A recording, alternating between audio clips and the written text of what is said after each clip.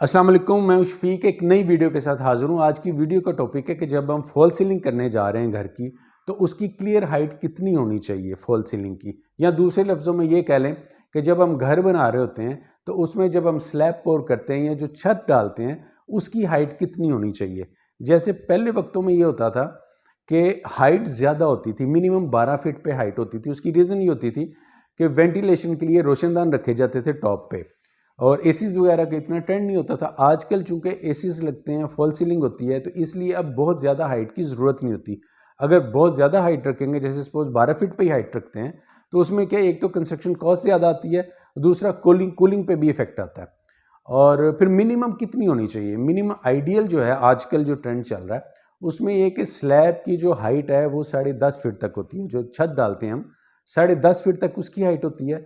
और जो fall ceiling के लिए मार्जिन चाहिए होता है वो 6 इंचेस इनफ होता है, बहुत ज़्यादा है 6 इंचेस उसका मार्जिन। उसमें आपकी लाइट्स भी लग जाती हैं, उसमें इलेक्ट्रिकल की केबल्स वगैरह भी डल जाती हैं, और सीलिंग करने के लिए जितना मार्जिन चाहिए ऊपर उसकी फिक्सिंग वगैरह के लिए, वो भी 6 इंचेस में हो जाती है। 6 इंचेस वो हो गया, और बाकी आपके पास 10 फीट हाइट बच जाती है, ये सफिशेंट होती है।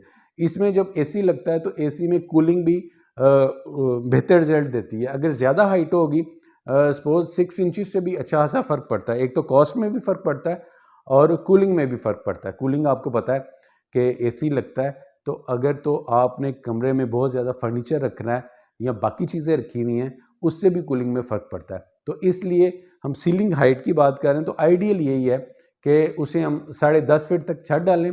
6 इंचेस वैसे तो मिनिमम अगर करें तो 4 इंचेस पे भी फॉल सीलिंग हो जाती है, लेकिन आइडियल ये है कि 6 इंचेस मार्जिन उसका हम छोड़ दें और 10 फीट क्लियर हाइट बच जाती है। तो ये सफिशेंट है, मतलब एक आइडियल हाइट है इसके लिए। और चलते चलते एक बात और आपसे शेयर कर लूँ कि जो फॉल सीलिंग के पैटर्न हैं वो बिल्कुल सिंपल रखने चाहिए।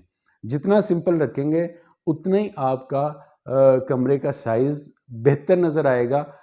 जैसे अगर तो आपका कनाल या 2 कनाल का घर है तो उसमें कोई फ़र्क नहीं पड़ता कि आप सीलिंग पैटर्न किस तरह का भी रख लें, क्योंकि कमरों का साइज़ थोड़ा सा बड़ा रखने का मार्जिन होता है।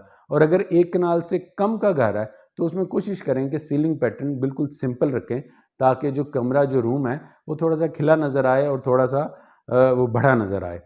तो उम्मीद है ये वीडियो आपको पसंद आई होगी। पसंद आई तो लाइक कर दें। नेक्स्ट वीडियो तक अल्लाह हाफ़िज़।